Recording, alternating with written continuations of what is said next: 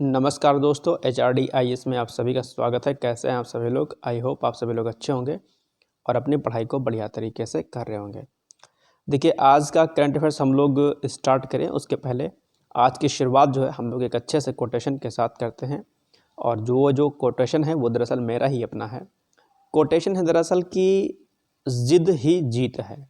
क्या बच्चों, देखना, ध्यान रखना, बहुत ही अच्छा कोटेशन है कि ज़िद ही जीत है। यदि आपने कोई लक्ष्य निर्धारित किया है, ठीक, और निर्धारण के उस सफ़र में आपने ज़िद ठान लिया है कि मुझे एनी हाउ सिलेक्शन लेना है, तो निश्चित तौर पर आप सफल होंगे। यानी कि सफलता पाने के लिए जो चीज़ जो सबसे अहम होती है, जो मुख्य होती है, वो होती है आपके अंदर का जुनून, यानी कि आपके अंदर की ज़िद। जब तक आप ज़िद नहीं पैदा करेंगे अपने अंदर, पागलपन नहीं लाएंगे पढ़ाई को लेकर के, तब तक आज के समय में जहाँ पर कंपटीशन बहुत ज़बरदस्त हो गया है, गला काट कंपटीशन है, ऐसे कंडीशन में आपका सिलेक्शन, आपकी सफलता बहुत मुश्किल है। इसलिए अपने अंदर ज़िद पैदा करो, जुनून पैदा करो और संकल्पित होकर के, दृढ़ संकल्पित होकर के आगे बढ़िए, तब आप जाकर के सफल होंगे। तो इसलिए अपने मन में एक जुनून, एक ज़िद और एक जो है संकल्प जो है ठान करके आगे बढ़िए। चलिए, ठीक है, तो ये हो गया आज का कोटेशन। अब शुरुआत करते हैं आज के हम लोग करंट अफेयर्स की। हालांकि थोड़ा सा लेट हो जा रहा है इस समय, कोशिश करूंगा कि जो है सुबह आपको मिल जाएगा करंट अफेयर्स। और जैसा कि आप लोगों को पता होगा कि अभी जो है कुछ दिन तक मैं आप लोग को कॉपी पेन के माध्यम से ही करंट अफेयर्स दूंगा, उसके बाद से PDF फॉर्म में बना के दिया करूँगा जैसे पहले देता था। ठीक, तो चलिए बिना देरी के हुए आज का सेशन स्टार्ट करते हैं और देखते हैं कि पहला टॉपिक हमारा क्या है। पहला हमारा टॉपिक है कि उड़ान हवाई सेवा देहरादून और पिथौरागढ़ के मध्य में, यानी कि उड़ान हवाई सेवा भी चर्चा में है। क्यों चर्चा में है, क्या है ये? तो ये है देहरादून और पिथौरागढ़, जो ये दोनों ही शहर किसके हैं? उत्तराखंड राज्य के हैं, ठीक है, के बीच हवाई सेवा, यानी कि इन दोनों शहरों के बीच हवाई सेवा की शुरुआत की गई है उड़ान योजना के अंतर्गत। शुरुआत कब की गई है इसकी? 30 जनवरी 2024 को की गई है, ध्यान रखिएगा। डिटेल्स में क्या है ये योजना, ध्यान देखिएगा कि दोनों शहरों को जोड़ने वाली उड़ान, यानी कि RCS, जिसको हम बोलते हैं रीजनल कनेक्टिविटी स्कीम, उड़ान योजना के अंतर्गत फ्लाई विंग द्वारा संचालित किया जाएगा। यानी कि योजना फ्लाई विंग जो आपकी उड़ान योजना है उसके अंतर्गत फ्लाई विंग के द्वारा इसको संचालित किया जाएगा। और इसके अंतर्गत क्या होगा? 19 सीटों वाले ट्विन ऑटर DHC-6400 विमान का संचालन किया जाएगा, जो कि 19 सीटों वाला है। यदि आपने कल न्यूज़ देखा होगा तो उत्तराखंड के जो मुख्यमंत्री हैं श्री धामी जी, पुष्कर धामी जी, उन्होंने जो है इस हेलीकॉप्टर पर बैठ करके इसका शुभारंभ किया था। और ये जो है उत्तराखंड के पर्यटन को बढ़ावा देगा और कई सारे शहरों में इस योजना को लॉन्च किया गया है, ठीक है। तो इससे जो है काफ़ी जो है मदद मिलेगी टूरिज्म को जो है आगे बढ़ाने के लिए। तो ये अपने आप में एक अच्छी पहल है। और सबसे मज़ेदार बात है कि 19 सीटों वाला जो है विमान यहाँ पर कल जो है इसका ट्रायल किया गया था, ठीक है। चलिए, अब एक इम्पॉर्टेंट न्यूज़ आपकी है, दूसरी मोस्ट इम्पॉर्टेंट है हिम तेंदुआ रिपोर्ट। ठीक, क्या है? हिम तेंदुआ रिपोर्ट। आइए इसको देखते हैं कि भारत में तेंदुए की आबादी का आकलन, यानी कि इसको हम बोलते हैं SPAI कार्यक्रम, ये जो है पहला वैज्ञानिक प्रयास है हिम तेंदुओं के आकलन के लिए, ठीक है, ध्यान रखिएगा। रिपोर्ट के अनुसार अभी टोटल कितने तेंदुए हैं, जो कि आपकी परीक्षा के लिए इंपॉर्टेंट है, ये पॉइंट आपको याद रखना है। कितना है? ये है जो है आपका 718। कितना? 718। ये पॉइंट आप लोग को याद रखना है, ध्यान रखिएगा, ठीक है।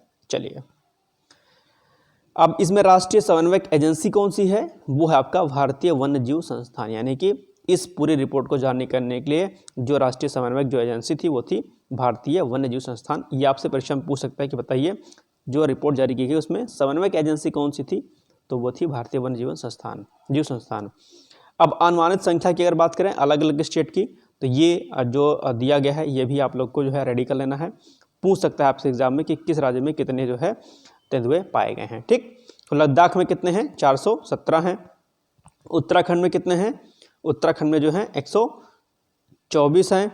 वहीं पर जो है क्या कहते हैं आपका जो हिमाचल प्रदेश है वहाँ पर 51 है, अरुणाचल प्रदेश 36, सिक्किम 21, जम्मू कश्मीर 9। तो ये आंकड़ा जो है आप लोग प्लीज़ रेडी कर लीजिएगा, ठीक है। चलिए, नेक्स्ट है NGEL महाराष्ट्र हरित हाइड्रोजन समझौता जो है अभी किया गया है। किनके मध्य में? NGEL और महाराष्ट्र सरकार के मध्य में।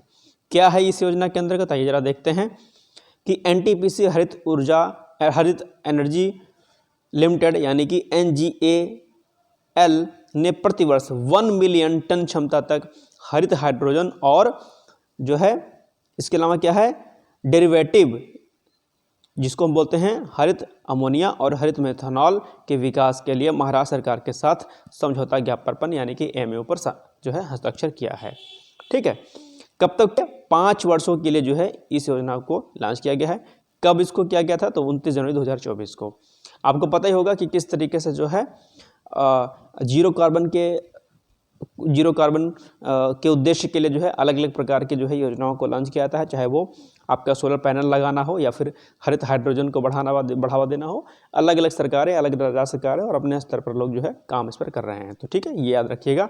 हाल ही में जो है NGEL और महाराष्ट्र सरकार के मध्य में जो है हरित हाइड्रोजन समझौता हुआ है, ध्यान रखिएगा। चलिए नेक्स्ट है वन भारत साड़ी वॉकथॉन का आयोजन अभी किया गया है। आयोजन दिवस कब था? ये 4 फरवरी 2024 को राजस्थान के कोटा के दशहरा ग्राउंड में। ठीक है, आयोजनकर्ता कौन था? आयोजनकर्ता थे आपका भारत का जो है वस्त्र मंत्रालय। ठीक, और 3 से 8 फरवरी 2024 के मध्य में भारत उत्सव का आयोजन किया गया था। इसी के अंतर्गत जो है वन भारत साड़ी वॉकथॉन का आयोजन किया गया है।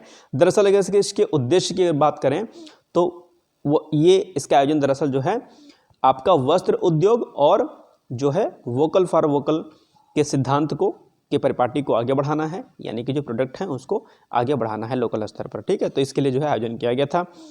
उद्देश्य जैसा कि यहाँ पर लिखा हुआ है वस्त्र उद्योग और लोकल फॉर वोकल की भावना को बढ़ावा देना है। ठीक है, ये इंपॉर्टेंट ध्यान रखिएगा।